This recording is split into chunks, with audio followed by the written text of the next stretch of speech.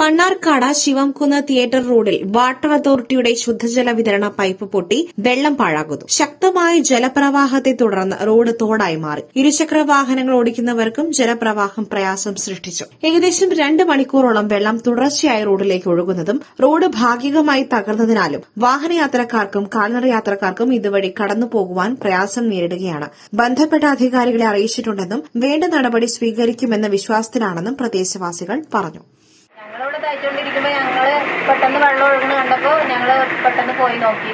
Photo എടുത്തിട്ട് കൗൺസിലർക്കും അതുപോലെ മറ്റ് 14 വാർഡിലെ കൗൺസിലർക്കും അയച്ചു കൊടുത്തിട്ടുണ്ടായിരുന്നു. പിന്നെ 13 വാർഡിലെ കൗൺസിലർക്ക് അയച്ചു കൊടുത്തിട്ടുണ്ടായിരുന്നു.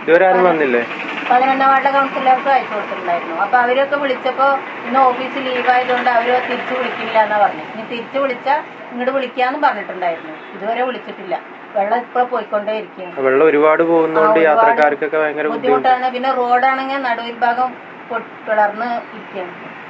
പിളർന്നുകൊണ്ടിരിക്കുന്നുണ്ട് വെള്ളം പോയി. അതിന് വേണ്ട നടപടി എടുക്കാൻ വേണ്ടിയിട്ട് ഞങ്ങൾ കുറെ ശ്രമിക്കുന്നു. എത്ര പറഞ്ഞിട്ട് ആരും വരുന്നില്ല.